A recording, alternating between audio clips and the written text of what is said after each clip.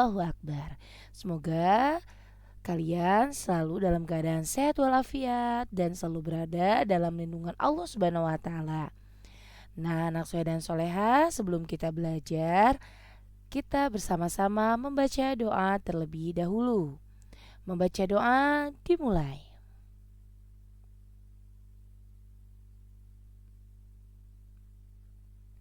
Membaca doa selesai. Anak soleh dan soleha, hari ini kita akan belajar tentang tema 3, subtema 1, pembelajaran keempat.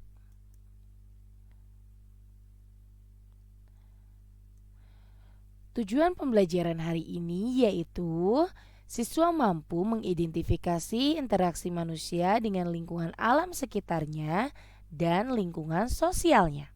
2. Dengan mencermati bacaan, siswa mampu menjelaskan makna keanekaragaman yang tercermin dari cerita yang disajikan. 3. Dengan mengamati gambar iklan media cetak, siswa mampu menyebutkan hal-hal penting dalam iklan media cetak. Nah, berikut ini merupakan percakapan antara Siti dan Lani. Ternyata tidak hanya buah-buahan yang bermanfaat untuk tubuh kita, sayuran pun memiliki manfaat yang luar biasa loh, kata Siti. Aku lebih suka wortel dibanding dengan sayuran lainnya, kata Lani. Oh, mengapa kamu lebih suka wortelan? Tentu saja aku lebih suka wortel karena wortel mengandung vitamin A yang tinggi. Wortel ini sangat baik untuk mataku. Oh ya juga ya Lan, aku jadi ingin lebih tahu tentang wortel dan petani wortel. Yuk kita simak selanjutnya. Nah, coba sekarang kalian jawab pertanyaan yang ada di bawah ini. Dari mana sayur kita dapatkan? Siapa yang menanam sayur? Apakah peranan petani bagi kehidupan kita? Dan bagaimana cara petani sayur memanfaatkan lingkungan hidup? Nah, jawab pertanyaan ini di buku tulis ya. Nah, setelah kalian tadi menjawab pertanyaan yang ada di atas, sekarang coba kita simak mengenai mengenal wortel. Sayuran termasuk daftar makanan yang harus dikonsumsi setiap hari, seperti halnya buah-buahan. Sayuran juga menyuplai serat yang sangat baik dibutuhkan oleh tubuh untuk memperlancar proses pencernaan. Banyak sekali jenis sayuran yang dapat kita pilih untuk dikonsumsi, baik untuk dimasak, dimakan sebagai lalap maupun dibuat sebagai jus. Dibuat seperti apapun, kita masih tetap bisa merasakan manfaat sayuran bagi kesehatan. Salah satu contoh sayuran yang bermanfaat adalah wortel. Wortel baik untuk kesehatan mata karena memiliki vitamin A yang beta karoten yang tinggi. Lalu seperti apa kegiatan petani wortel yang berada di balik tanaman yang berhasil ini ya? Nah, ada Gede Suwardana adalah salah satu petani wortel di Desa Batunya, Kabupaten Tabanan, Bali, yang membudidayakan wortel jenis lokal. Suwardana memaparkan selama masa tanam, para petani rutin memberikan pupuk pada awal masa tanam. Menurutnya, pemberian pupuk di awal masa tanam sangat berpengaruh terhadap perkembangan tanaman. Pupuk yang mereka gunakan adalah pupuk organik. Hasil pertanian wortel lokal juga tidak mengecewakan. Gede Suwardana menjelaskan bahwa ia mampu memperoleh omset sebesar 2 juta rupiah per bulan dengan harga jual per kilo yaitu Rp7.000. Untuk pemasaran, Suwardana menjelaskan bahwa ia membawa wortel-wortelnya tersebut ke pasar Batu Riti, Tabanan. Di sana ia bertemu dengan pengepul sayur yang kemudian mendistribusikan wortel-wortelnya ke beberapa daerah di Pulau Bali. dalam dunia usaha pertanian ada 3 pihak yang selalu bekerja sama, yaitu pemasok, petani, dan distributor yang membeli sayur mayur atau buah-buahan dari petani. Ada pula penjual sayur yang secara langsung membeli sayuran dari petani dan menjualnya secara berkeliling. Nah, coba sekarang kalian identifikasi apa saja interaksi manusia dengan lingkungan alam sekitar mengenai petani wortel tadi. Juga interaksi manusia dengan lingkungan sosialnya apa saja yang terdapat dalam bacaan di atas. Nah, juga keberagaman yang dapat kamu temukan dalam cerita apa saja. Nah, setelah kalian mengidentifikasi, coba sekarang kalian buat sebuah laporan sederhana. Yang pertama, beri judul.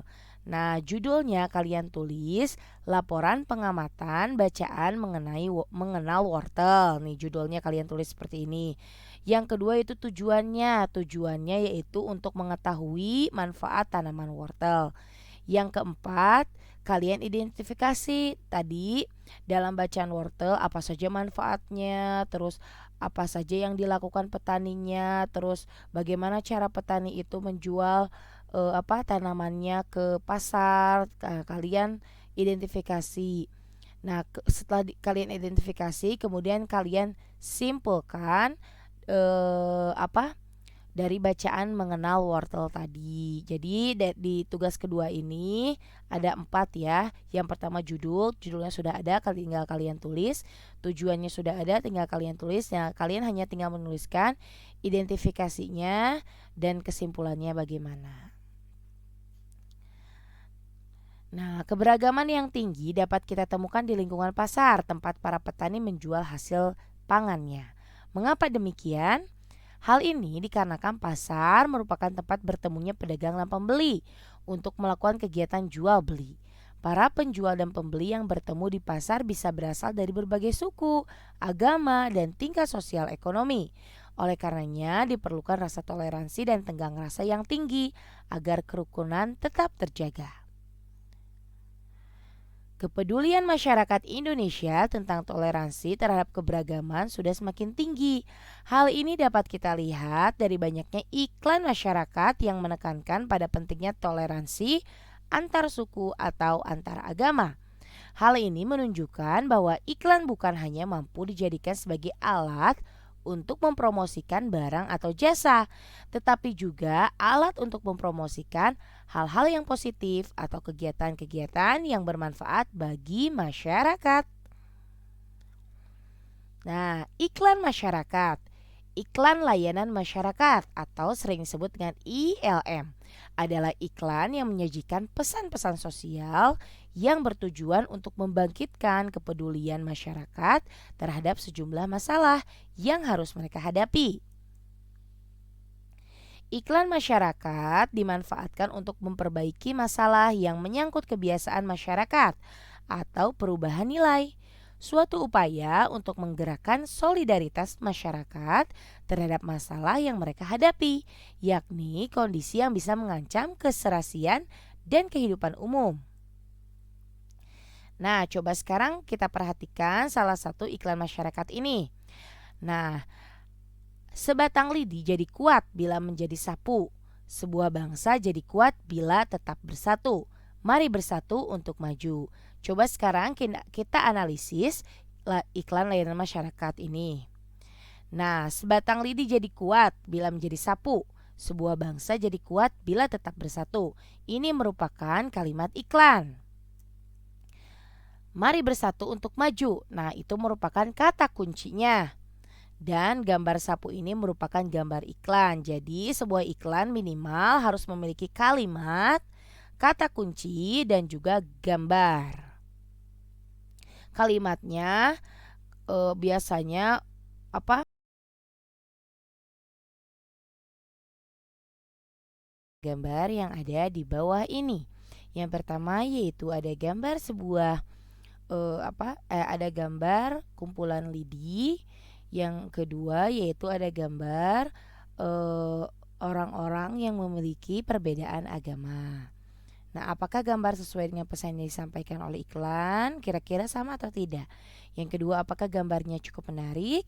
Yang ketiga, apakah gambarnya cukup jelas? Nah, setelah kalian menganalisis gambar tadi, coba kalian tulis kalimat iklan, kata kunci, dan gambar yang ada di iklan A dan iklan B. Gambarnya tidak usah digambar, kalian cukup menuliskan gambar apa yang tadi kalian lihat di iklan A dan iklan B.